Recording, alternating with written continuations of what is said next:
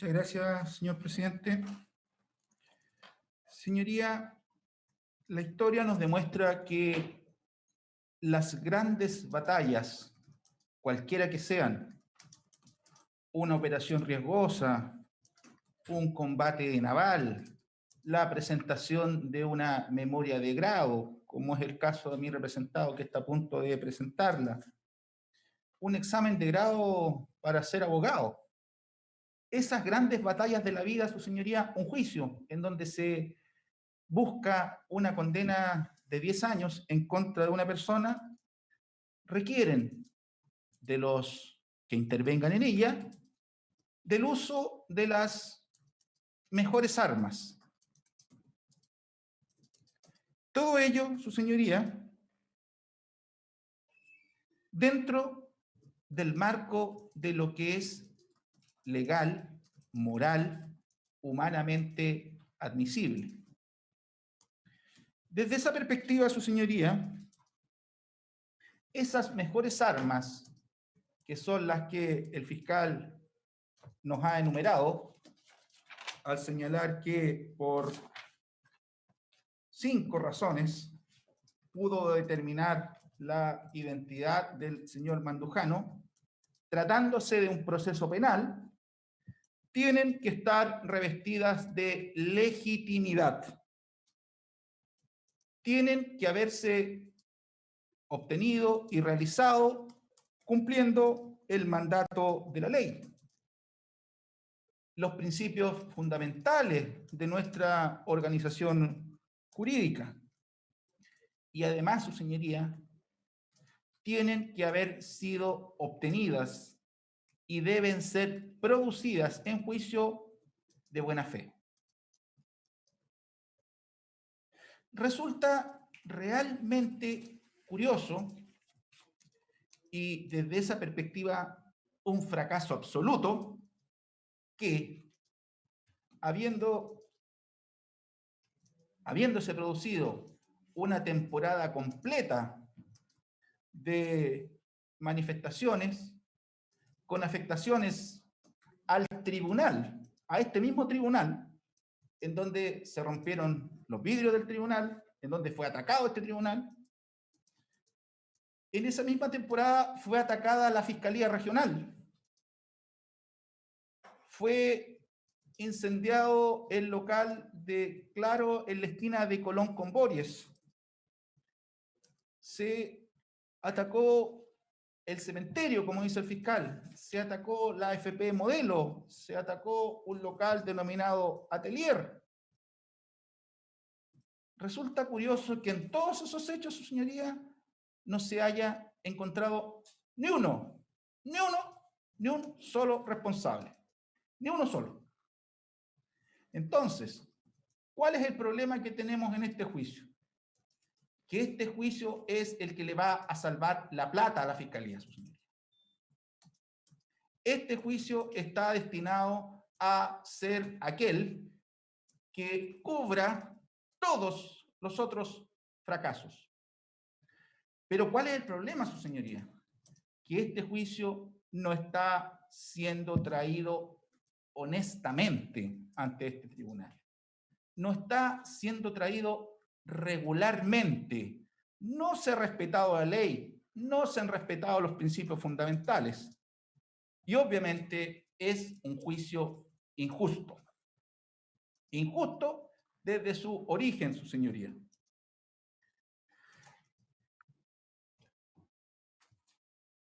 El primer elemento que solicito que este tribunal tenga en cuenta, pero que se grave, su señoría, a fuego, es el día 28 de noviembre del año 2019.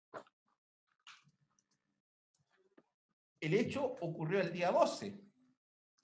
Hasta el 28 de noviembre, la Fiscalía estaba exactamente igual como con los daños al tribunal, como el ataque a la Fiscalía Regional, como en el caso de Colón con Bories, como en el caso de la FP Modelo, como en el caso del cementerio y todos los demás que en esta ciudad se han desarrollado. ¿Y qué ocurrió ese día 28 de noviembre? el fiscal lo ha expresado. Y esta parte lo ha discutido desde el día 1 del inicio de esta defensa. Se desarrolló una detención por sospecha. Lo que el fiscal llama control de identidad investigativo no es más que una detención por sospecha. Se dice que ese día, lo dijo el fiscal recién, policías de la PDI controlaron a través de un control de identidad investigativo que, según mi muy modesto conocimiento, el control de identidad, estando regulado en el artículo 85 del Código Procesal Penal, en ninguna parte le da el apellido de investigativo. Es más, el fiscal justifica que este control de identidad investigativo se hizo por instrucción de él. Un fiscal dando órdenes para realizar controles de identidad. Qué curioso. Y dice, porque incluso hasta eso señala, que lo hizo a través de la orden de investigar que despachó por oficio 155 del 15 de noviembre del 2019. Según entendemos, su señoría, el control de identidad en el artículo 85, y de ahí el problema que nos presenta esta circunstancia, son realizados por la policía sin orden previa del fiscal. Un fiscal no puede dar órdenes para realizar controles de identidad. No puede. No puede porque el control de identidad es una situación de hecho. De hecho.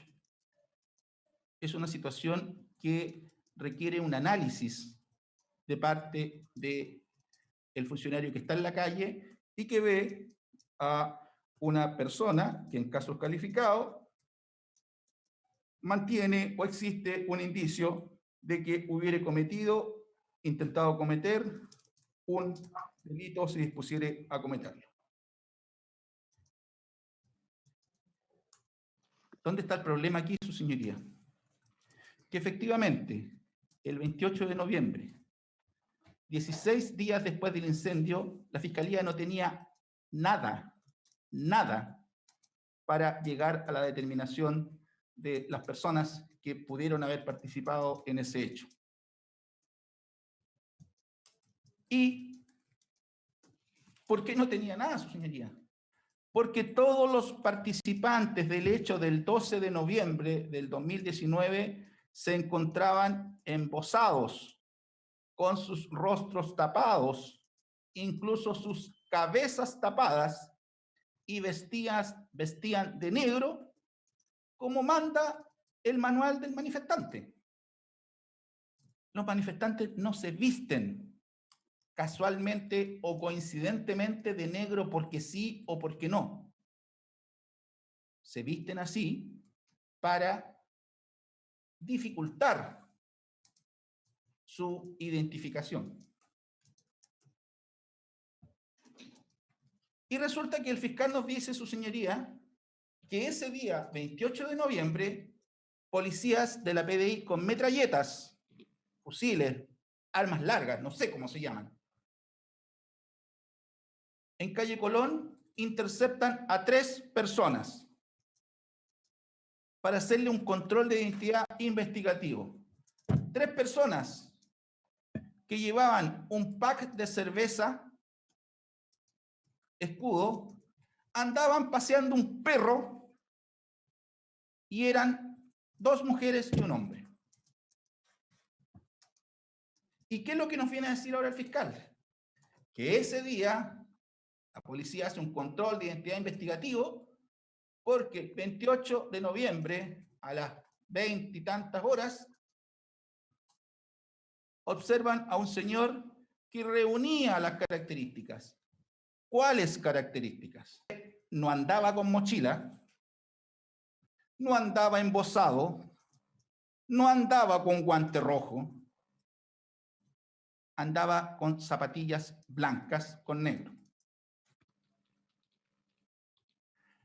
Se puede sostener razonablemente que se haga un control de identidad con este apellido investigativo a una persona por andar con zapatillas blancas con negro, si hasta ese minuto la Fiscalía no tenía ni una idea de cuáles eran en particular las zapatillas del sujeto que se ve embosado, la cara y cabeza totalmente tapada, participando en la manifestación frente a la AFP Habitat? Y esto, su señoría, no es baladí, no es que estemos alambicando una posibilidad. Como los informes policiales tienen fecha y número, y como los policías tendrán que reconocerlo, no hay ninguno.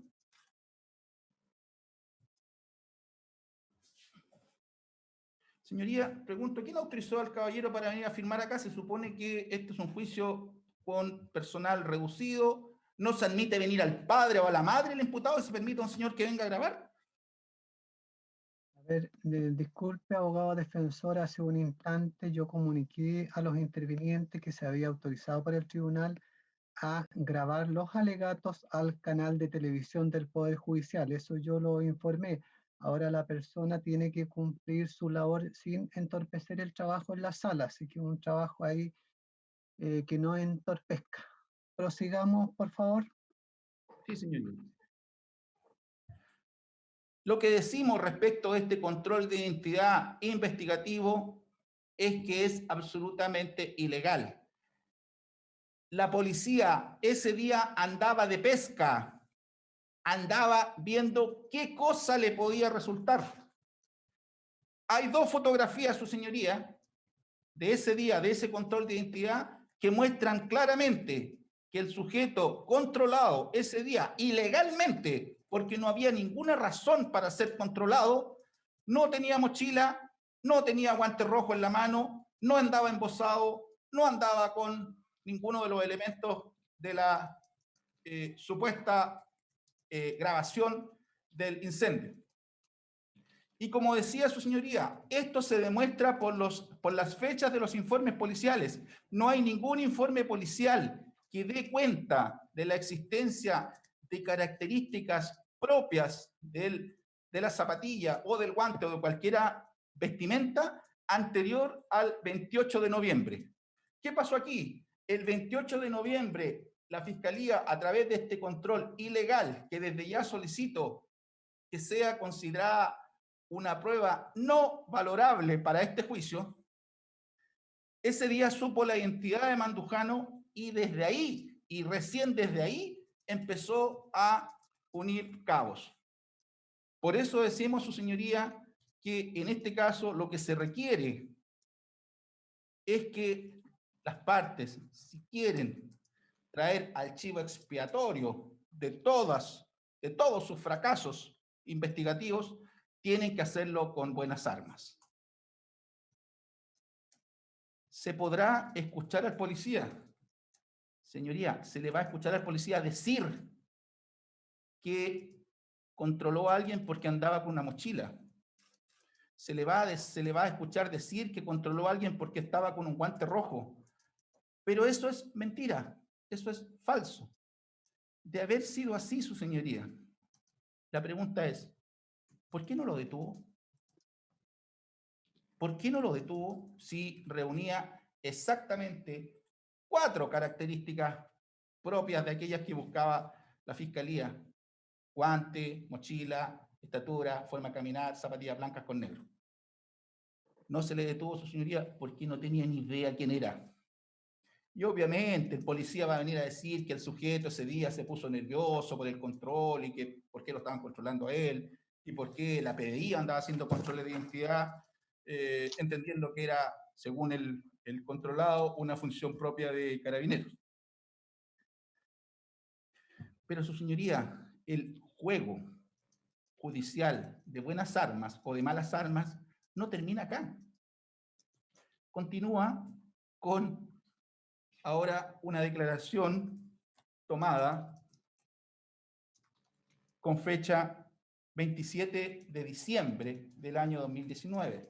Nótese, posterior al 28 de noviembre, fecha en que se hace este pseudo control de identidad a una persona que no reunía ninguna razón para ser controlada, sino esto de ser detenido por sospecha, por parecerse, por ser joven, por tener la edad supuestamente aproximada del que aquel que intervino en el incendio de la AFP. No quiero dejar pasar, su señoría, que la Fiscalía les ha señalado a ustedes como una gran pesquisa, que exista un vínculo entre Marcelo Mandujano, Simiel Díaz, Beatriz Díaz y Gabriel Díaz, y el papá incluso de estos jóvenes de apellido Díaz. No lo quiero dejar pasar, su señoría, porque es una soberana argucia mal utilizada, mala fe. ¿Por qué Mandujano es encontrado con Simiel Díaz ese día y en el cementerio y en otros lugares? Porque son pololos. Llevan una relación de pololeo de meses anteriores a noviembre. Entonces, todo el tráfico de llamados que el fiscal busca y encuentra y pretende mencionar como que es parte de una organización, su señoría, son pololos. ¿Qué hacen los pololos? Se llaman por teléfono, se ven, se buscan, se cuentan cosas. Oye, fueron a tirar pintura al cementerio, vamos a mirar. Eso es todo. Eso no tiene nada de extraordinario. Entonces, buenas armas, utilizar armas legales, realizar los procedimientos conforme a la ley. ¿Cuánto tiempo nos costó como sociedad chilena, su señoría, erradicar la detención por sospecha? ¿Y cómo llegamos a establecer la identidad de Marcelo Mandujano? Por una detención por sospecha. A ver si le apuntamos, salgamos de pesca, controlemos a todos los cabros que anden en la calle, que anden con cualquier cosa roja en las manos, aunque sea un pack de cerveza, y después decimos que es un guante rojo. Controlemos a todos los cabros que anden o no anden con mochila, y decimos que andaba con mochila. Pues bien, su señoría, nosotros sostenemos que de no haberse obtenido ilegalmente la identidad de Marcelo Mandujano Salas ese día 28 de noviembre, no se podrían haber verificado ninguna de todas las demás actuaciones y supuestas pruebas que lo vinculan a él con el hecho. Ninguna. Las interceptaciones telefónicas que se plantean acá entre Marcelo y Simiel como una gran pesquisa, su señoría, fueron solicitadas porque ese día se supo que andaban juntos. Y el fiscal después volvió al tema del cementerio y dijo, chuta, aquí tenemos un gran hilo investigativo. Hay que saber qué hace conversando Marcelo con Simiel. Son pololos, tienen una relación amorosa de mucho tiempo. Hay, señoría, líneas de investigación. Del teléfono de Marcelo salieron 150 llamadas al teléfono de Simiel Díaz. ¿Estaban preparando la presentación de una bomba nuclear? No. Estaban conversando de todo lo que se querían todas las veces que hablaban. Les había anticipado, su señoría, que hay otro problema acá. La presentación y declaración de un testigo que hasta hoy, y hasta que termine este juicio, bien imputado, que es el que tiene que gozar de todas las garantías, la principal, saber quién lo imputa, quién lo acusa. Esta defensa, para poder ejercer técnicamente, dentro de lo que uno pueda, la defensa, pero principalmente ustedes, los miembros del tribunal, tienen que saber a quién están escuchando. Pues bien, su señoría, el segundo gran fundamento que plantea la Fiscalía está señalado como punto 4 de sus supuestos 5 líneas gruesas que determinaron la identidad de Marcelo Mandujano, ese testigo hasta hoy día está señalado como NN. NN.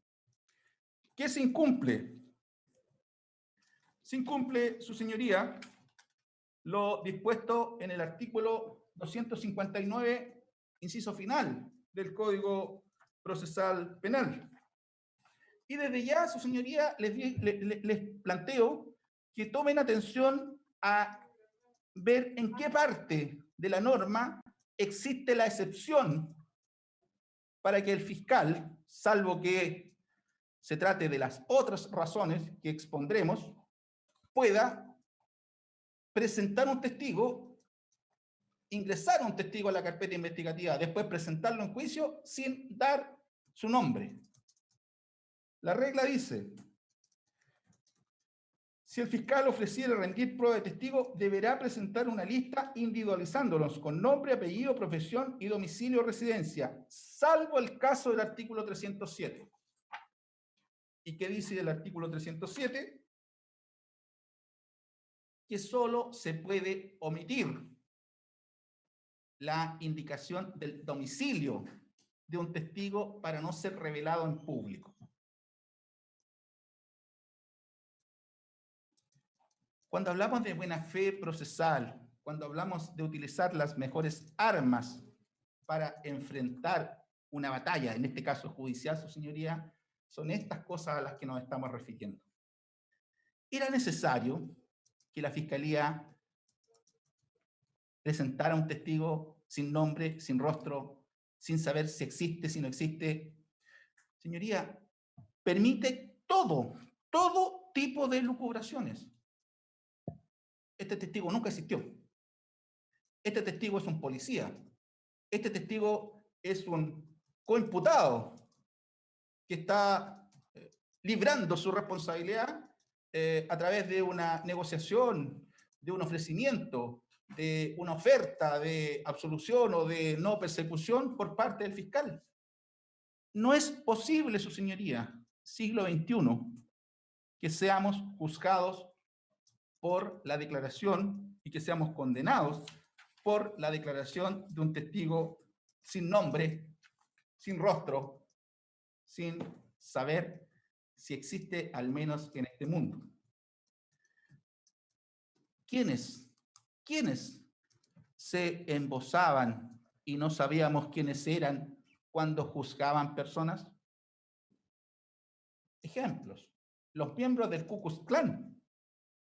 Ejemplo.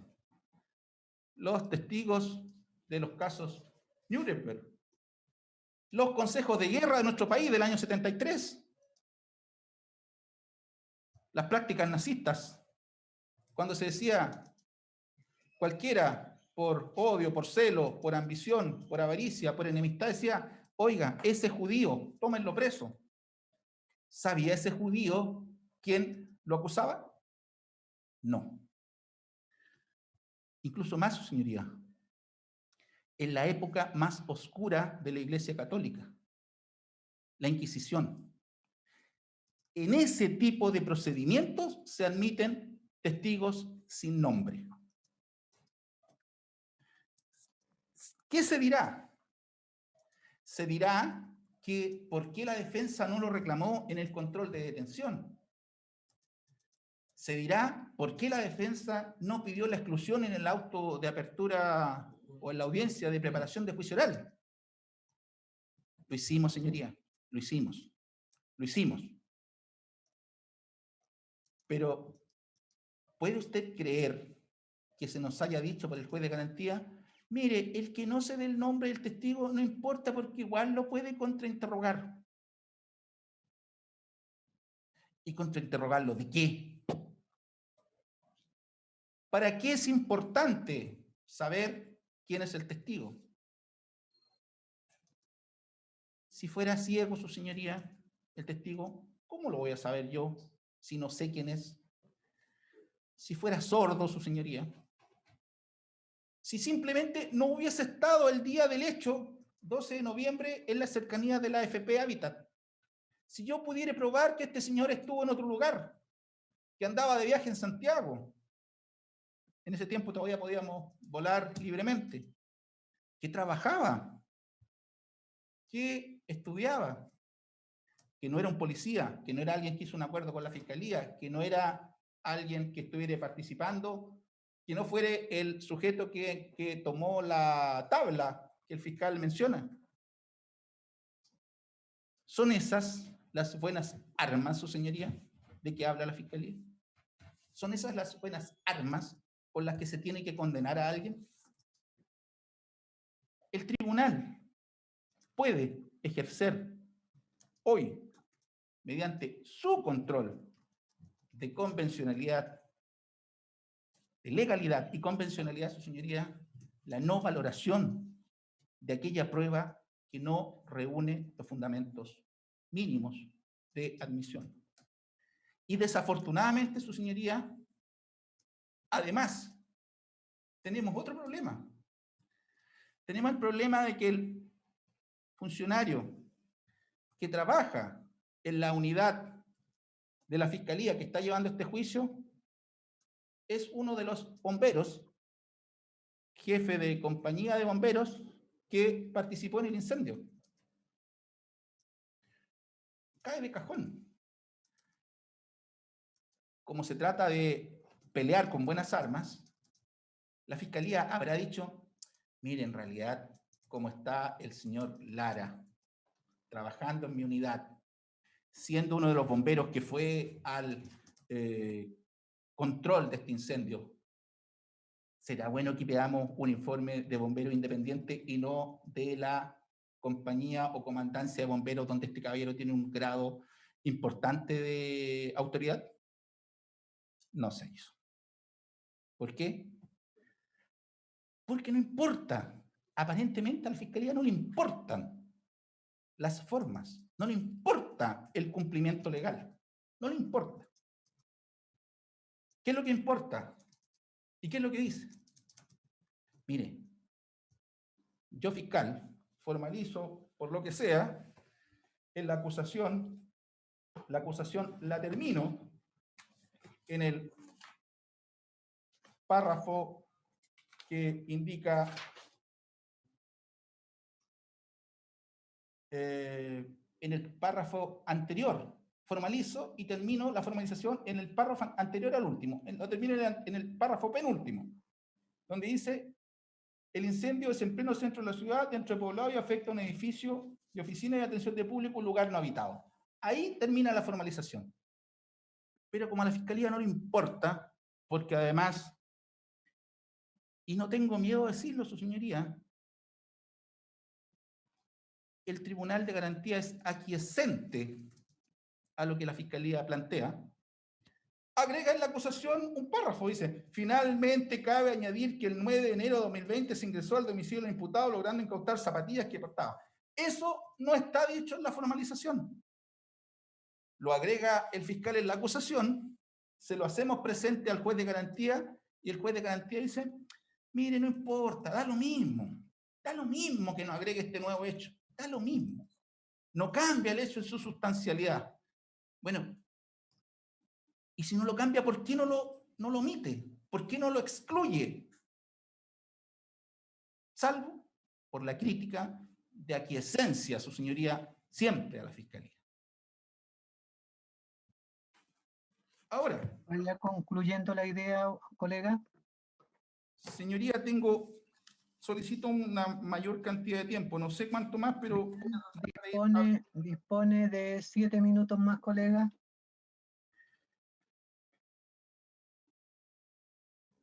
Con todo esto, su señoría, con todo esto, cabe hacer presente lo siguiente.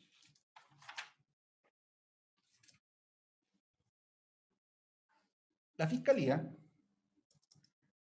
le ha dado una connotación muy especial a estas zapatillas. Zapatillas hechas en China, en Corea, que se importan a nuestro país y a nuestra ciudad por cientos de miles. Por cientos de miles. Cuando la Fiscalía supo de qué zapatilla se trataba, el 19 de diciembre, en el informe PDI 841, posterior al 28 de noviembre, en el informe PDI 837 de 10 de enero, posterior al 28 de noviembre, con el día del control de identidad investigativo ilegal, detención por sospecha, y, obviamente, posterior, su señoría, incluso a la declaración de este testigo NN.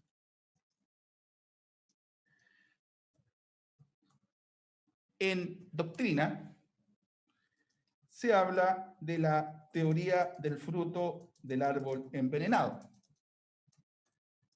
Si no se hace un control de identidad ilegal, no se llega a la identidad de Marcelo Mandujano.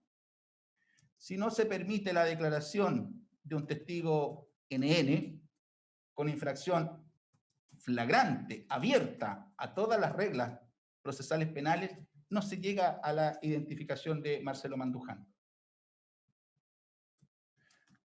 Nosotros decimos además, señoría, si no se realiza un peritaje por un organismo independiente, con los protocolos que corresponden, no 2 hojas que dicen, no, si el incendio parte aquí, se podría establecer claramente que fue Marcelo Mandujano con la acción de colaborar, como dice la Fiscalía, desde la puerta, tomar una de las orillas de la tabla e ingresarla, lo que produjo el incendio.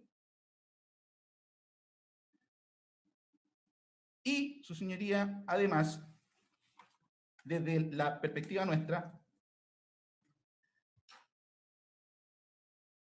decir que hay un gran elemento, porque el sujeto que anda en el tema del incendio es un sujeto que anda con una mochila negra, con un distintivo de otro color en uno de los tirantes de la mochila, es un hallazgo policial. Le muestro mi mochila. Desafortunadamente no creo que alcancen a verla, pero tiene un distintivo en el tirante, como todas las mochilas del mundo. Todas las mochilas del mundo tienen un distintivo en el tirante. O al menos la de Marcelo Mandujano y la mía. Y al 12 de noviembre no nos conocíamos. Y no compramos la mochila en el mismo lugar, ni tuvimos la precaución de comprar especial. ¿Sabe qué? Vengo a comprar una mochila que tenga un distintivo en el tirante. Eso no existe. Por otro lado, su señoría, para esta parte resulta importante que el tribunal tenga en cuenta lo siguiente. La Fiscalía ha obviado olímpicamente, y de hecho lo anoté, cualquier argumentación respecto del segundo delito materia de la acusación. Si ustedes recuerdan, mi representado está acusado por incendio y además por el delito de desórdenes públicos. ¿Cuál es el problema de acusar a Marcelo Mandujano por desórdenes públicos? El problema es el artículo 64 del Código Penal, que en general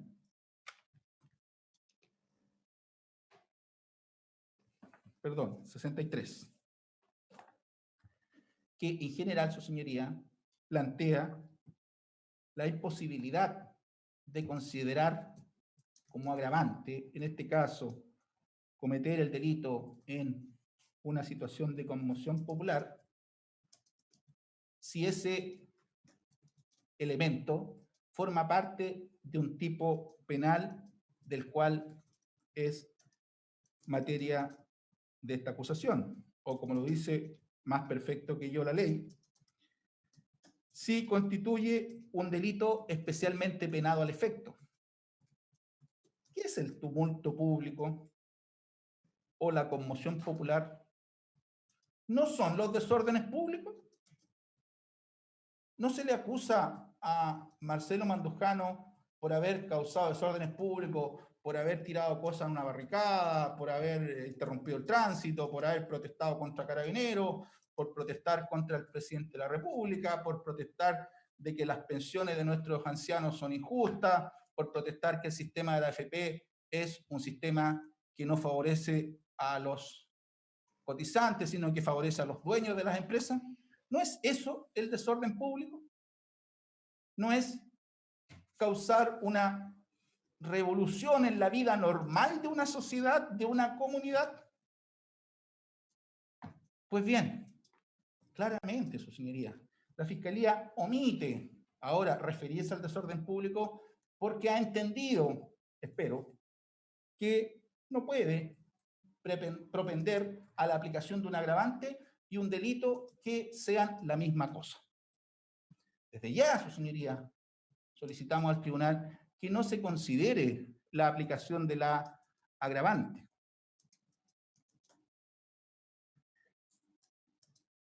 Que no es menor, su señoría, porque eso es lo que hace que el fiscal nos pida 10 años de cárcel por el tema del incendio. 10 años, un día.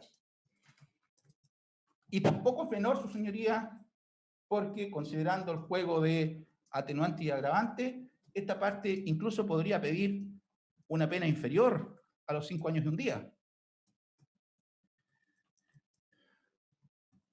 Dos temas breves y termino. El primero, la propiedad incendiada, su señoría, y me refiero a la demanda civil. La propiedad incendiada, por todos, se ha dicho que era un inmueble de material ligero. Inmueble de material ligero, considerado en las direcciones de obras municipales, la ley de urbanismo y construcción, como aquellos de construcción precaria. No era un inmueble nuevo tampoco. Era un inmueble que al menos debió tener 50 o más años de antigüedad. Ese inmueble, su señoría, valor metro cuadrado de la construcción, no más allá de 300.000 pesos.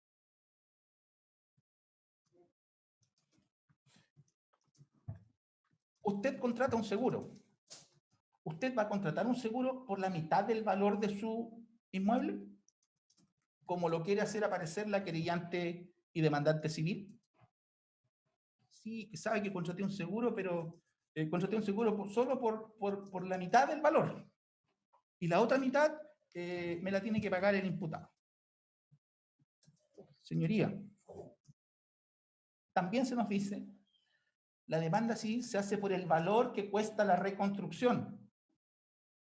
Pero para poder demandar, y volvemos al tema de las buenas armas, de la buena fe, de la honestidad para demandar, la reconstrucción que se pudiere demandar tendría que ser en las mismas condiciones en que esa propiedad se encontraba.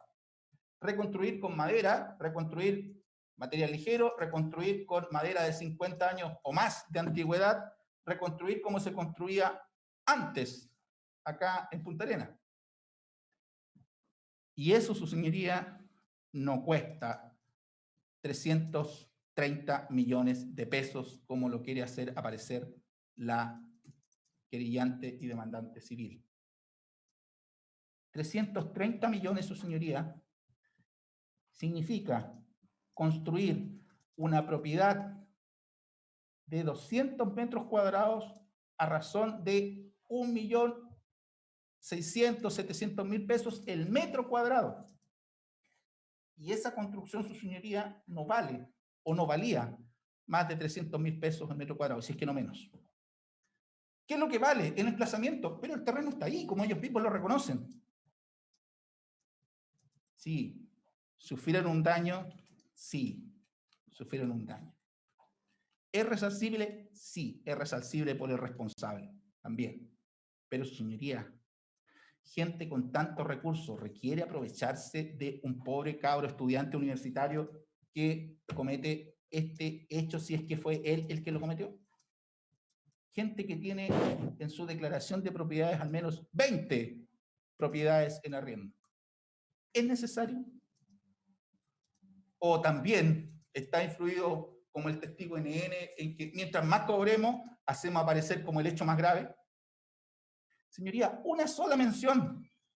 9 millones de pesos por el retiro de los escombros. 8.600.000 pesos. 9 millones de pesos por el retiro de los escombros. 9 millones de pesos. Concluya la idea, colega, por favor. 3 camionadas, 4 camionadas, 5 camionadas de basura llevada al depósito. 9 millones de pesos. Finalmente, su señoría, y con esto termino. Llega el minuto 8 de enero, en que la Fiscalía, contándole todas estas cosas que hemos discutido, un control de identidad ilegal, la declaración de un testigo NN, la participación de un funcionario bombero que trabaja en la unidad de la Fiscalía que hace este tipo de peritaje, el supuesto descubrimiento de que Marcelo tenía relación con Siniel y se hablaban por teléfono para ser los anarquistas de Punta Arenas, llevan a un juez de garantía a dictar una orden de detención. Todos elementos, su señoría, en nuestro concepto son absolutamente ilegales, pero al menos rozan la legalidad. Nadie me puede decir que es normal. Llevamos 20 años haciendo juicio, su señoría, acá, y no me acuerdo de 1, 2 o 3 veces en que se hayan querido presentar testigos sin nombre. Esto no es droga, esto no es lavado de dinero, esto no es guerra. Esto es como lo plantean ellos. Oiga, sí, hay un contexto político, pero dejemos de lado el contexto político. Oiga, es un incendio. En ese contexto, su señoría, es cierto, después de ser tomado detenido, Marcelo Mandujano declaró. Declaró y reconoció haber participado en ese hecho. Y declaró porque quería colaborar con la investigación. Y se mostró arrepentido de ese hecho. Y además, su señoría, todo eso lo hizo sin la presencia de un defensor. Si el fiscal, como dice, mire, tengo todos estos haces en mi mano, tengo un control de identidad investigativo, tengo un testigo NN, tengo un funcionario de la Fiscalía que puede participar y declarar sobre los peritajes de bomberos que hicimos, tengo un tráfico de llamadas entre él y alguien que era como demasiado importante para resolverse en la polola, tengo una foto del cementerio. ¿Por qué no fue de buena fe? Y llamó, señor defensor público, ¿sabe qué? Detuvimos a tal persona, acompáñenos porque quiere prestar declaración. ¿Por qué no se hace eso? ¿Por qué la hoja queda escrita hasta mitad, su señoría, y las firmas se ponen atrás? Y el mismo señor de la Fiscalía que saca las copias, que es el bombero, a nosotros cuando le pedimos las copias nos da solo la hoja del frente y no nos da la espalda donde está la firma. Y nos hace errar al discutir, su señoría, que esta declaración se hizo solo en presencia del fiscal. ¿Es esa la calidad de investigación y de justicia que nos merecemos? Si este joven, universitario, a punto de titularse, desarrollando su tesis, con 24 años, su señoría, una ingeniería, 24 años por una ingeniería, hijo de un funcionario de la Fuerza Aérea, vive en uno de los barrios de clase media de Punta Arenas, Villa o Población Las Naciones. Reconoce el hecho, su señoría, no obstante, el no saber que todo lo demás es ilegal, pero nosotros sí lo sabemos, podemos razonablemente plantearle al tribunal y solicitarle que el reconocimiento que él hizo sea considerada una colaboración sustancial, porque todo lo que se hizo para atrás, o buena parte de lo que se hizo para atrás, es ilegal, como lo demostraremos con los propios testigos de la Fiscalía, con los propios informes de la Fiscalía. Yo no sé No lo tengo claro, su señoría, si vamos a presentar al testigo NN. Y si es así, el tribunal, ¿cómo lo va a individualizar? Entonces, no, es que el fiscal o el juez de garantía dijo que no había que individualizarlo. Señoría, se individualiza a todo el mundo. Bien, defensor, ya hemos sido bastante flexibles. Por favor, concluya la idea. Señoría, no quiero ser respetuoso, pero estamos hablando de 12 años de cárcel para una persona con todos estos ripios en esta investigación. 1 minuto y termino. Bien, ¿tiene el minuto? Con todo eso, su señoría, con todas las ilegalidades que se están señalando, la única prueba válida o indiscutible, no puedo ser tan soberbio decir que es la única válida, pero la única indiscutible de participación es la declaración de Marcelo. Todo lo demás, su señoría, debe ser discutido y solicitamos que aquellas posiciones como el control de identidad, la declaración del testigo NN, la participación del funcionario de la Fiscalía en... Me van a decir, él no hizo el peritaje. Señoría, los bomberos son cofradías. Es lo que Marcelo declaró. Conforme a eso, su señoría. Marcelo, además, tiene irreprochable conducta anterior. No ha cometido este delito con la agravante de conmoción pública, si a su vez se le impone como acusación la de haber causado desórdenes públicos o haber participado de desórdenes públicos, porque es muy difícil que un solo actor sea el causante de desórdenes públicos, más de la forma como está redactada la norma. Desde esa perspectiva, su señoría, la posición y la petición de esta parte es solicitar la no valoración de toda la prueba surgida de este árbol envenenado que es el control de identidad investigativo, control, declaración del testigo, interceptaciones telefónicas, determinación de la participación del acusado, hasta que él declara. Es lo que podríamos llamar la prueba independiente o de fuente independiente, la declaración de él. No tomada con todas las garantías legales, su señoría, pero tampoco tengo elementos para discutir de que fue apremiado, salvo que traemos los testigos que participaron de esa declaración para decir, según ellos, que sí fue apremiada. Y ahí, su señoría, estaríamos en el escenario completo de ilegalidad. Mientras tanto, 2 atenuantes, su señoría, sin agravante y la mención del delito de desórdenes que nos fue alegado por el fiscal en esta causa. Bien, hemos concluido entonces la fase de los alegatos de inicio de apertura. Ahora vamos a disponer un receso de, vamos a reiniciar a las 12:10 horas del día de hoy y después vamos a determinar cómo vamos a continuar en las próximas audiencias. Pero ahora un receso de hasta las 12:10 del día de hoy día y continuamos.